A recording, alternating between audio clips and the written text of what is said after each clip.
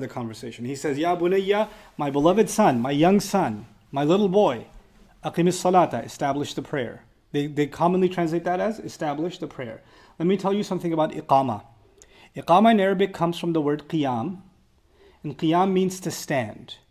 And when you put it as iqama, this is from the if'al family, what that does is it's to make something else stand.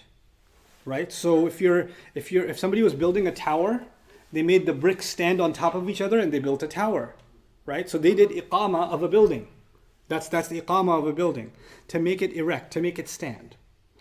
Iqamatul Salah, you can think of it, because we use these words, establish the prayer, establish the prayer. What in the world does establish the prayer mean? One of the ways you can think about that is preserve the prayer.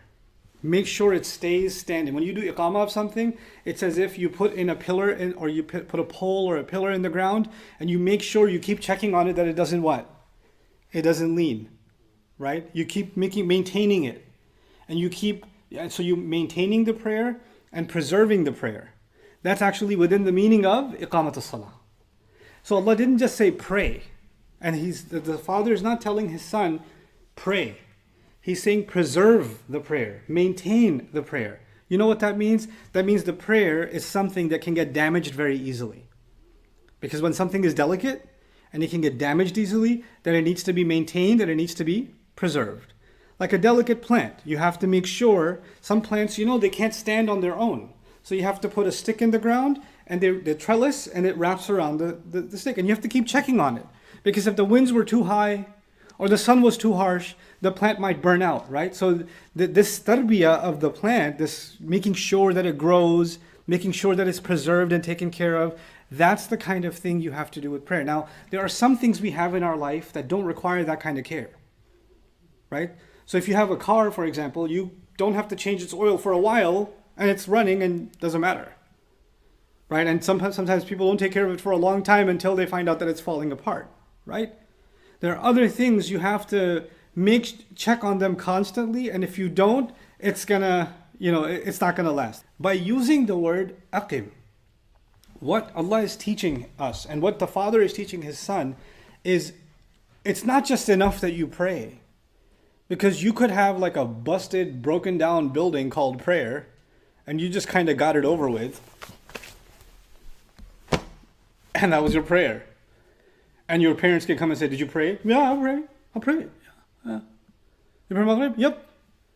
And when you actually, secretly record your son or daughter praying, you find out that looks more like a, cardiovascular exercise than it looks like prayer.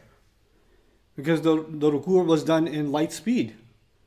And the sajda looked more like a bird pecking the ground than a sajda. Why? Because the prayer was just something you get it over with. When you have love of preserving and protecting something, then you're constantly fixating. There are people that are fixated on the inner decor of their home. Or people that are really into gardening, checking on every flower. Oh, this one's getting a little weak. There's a delicate care that goes into it. Who touched my shoes? Some people have shoes that are like, they keep them like they belong at a museum on display, right? Well, you know what? The prayer, the father's giving the son advice, is something you have to go out of your way to preserve. And if you don't preserve it, it's going to fall apart. And it's going to be like, here's the analogy, it's going to be like a tree that looks like a tree, but it's just a hollow bark, there's nothing inside. A tree that's a full tree, a car could run into it, the tree's not going to tip over, the car's going to be destroyed, right? But if a tree's hollow on the inside and a car smashes into it, what's going to fall apart? The tree's going to fall apart because there's nothing inside. It looked like a tree, but it wasn't one. Well, what the prayer does is it actually fills you on the inside. It strengthens you and me on the inside, but it won't do that if we don't maintain it. If we don't maintain it. How do you maintain the prayer? And for some people, it's one thing that you're not healthy to begin with, right? And then somebody says, maintain your health. No, well, if I'm not healthy to begin with, I need to fix certain things and go through certain therapy and medical treatment or, some kind of process before I can actually get healthy. Then once I get healthy, I have to maintain it, right? So you can't just say, maintain your health. Well, I'm not healthy to begin with. I got to get to a healthy place. So the harder question when the father says to the son, maintain your prayer, is the son has to ask himself, the daughter has to ask herself, is my prayer actually the way it's supposed to be to begin with, that I should maintain it? Because maintain would mean keep doing what you're doing. But if you're doing the wrong thing and you say maintain the prayer, okay, I'll keep maintaining it. You're not making anything better. So first, what needs to be identified is the prayer the way is it supposed to be or not? The word salah actually comes from sila in Arabic, which is what we call the prayer, right? But there's another word for prayer too, dua. Dua is also a word for prayer. But Allah specifically uses the term salah. And salah comes from sila, and sila or wasl actually mean connection. Connection. The prayer isn't just words you say, isn't just movements that you make, it's not just specific direction that you follow, it's not step-by-step process. All of that stuff you learned. Either you learned it from your parents, or your parents hired somebody to teach you, or you went to a Sunday school or an Islamic school. You learned that stuff. Fine. That's the form of the prayer. But all of that, the purpose of all of that was one thing: to establish and to preserve the connection to Allah in the prayer. So let me just remind myself and you what the prayer is. The moment I say Allahu Akbar, can I talk to anybody? No. Am I supposed to be looking around? No. Is everything in the world, whether your phone goes off, or somebody's calling you, right? Or you're late for a meeting, anything going on outside other than life-threatening emergency, none of that exists when you are what? Praying. Everything came to an end. Everything halted. For those few minutes that you were praying, the rest of your life did not exist. No other priority existed. In fact, you weren't even in charge of your own body at that point. You can't just walk the way you want to walk. You can't just put your feet where you want to put your feet. You can't just put your hands where you want to put your hands. Isn't it? Everything is completely surrendered over to Allah since you say Allahu Akbar until the time you say Assalamu alaikum wa rahmatullah. Yes or no? You know what that is? That's a rehearsal. And one way you can think about the prayer is it's a rehearsal. Rehearsal of what? A day is coming when we will not be in control of our bodies. Allah will truly show us how much greater He is than us. We're not going to be able to speak what we want to speak. We'll only speak what Allah wants us to say. We're not going to be able to move the way we want to move. Allah will have control over our limbs, and our body will function in a way that we never imagined before. It's doing things that we didn't want it to do.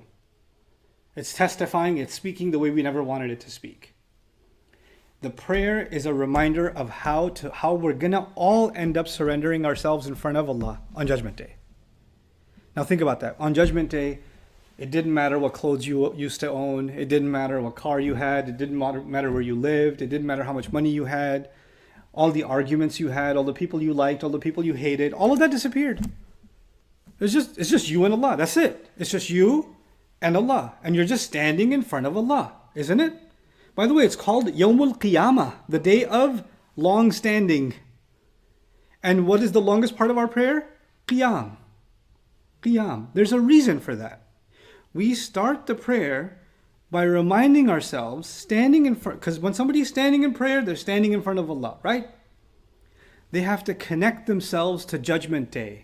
And they have to connect themselves to Allah as if I am in front of Allah and Judgment Day has already started for me.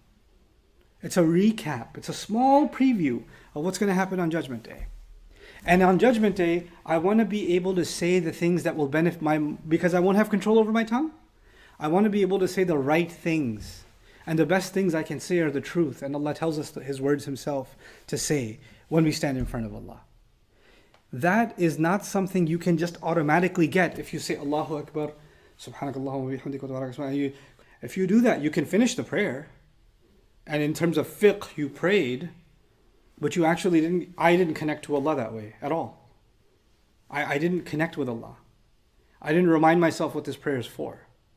Maintain your connection to Allah through the prayer. Is aqimis salah.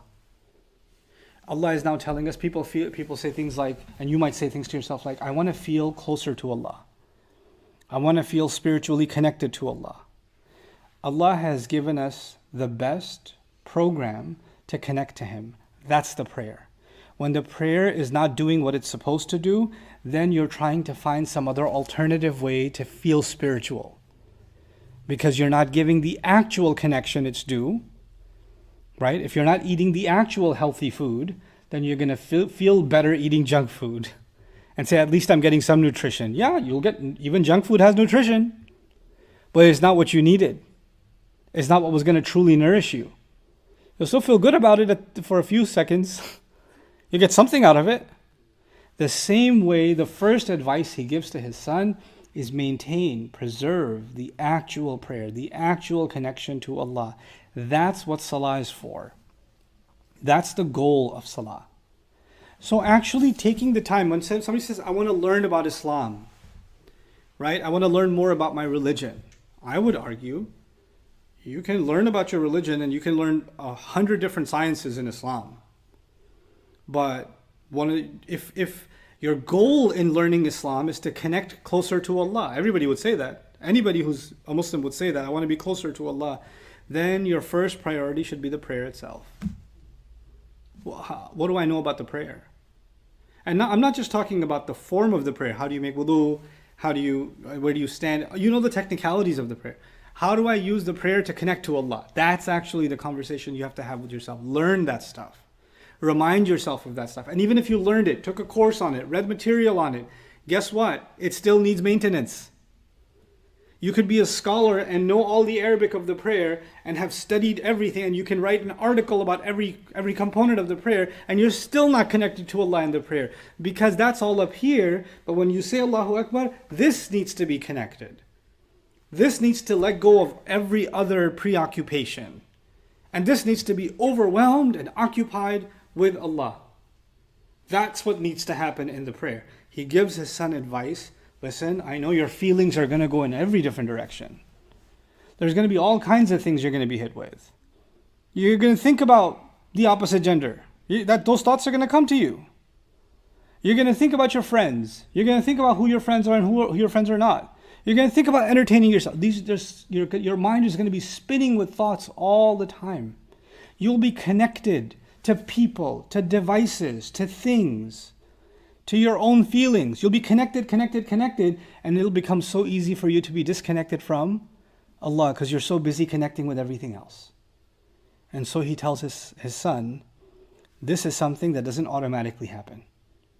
The more you connect to those other things, the easier it becomes to disconnect from Allah. Aqim as-salah.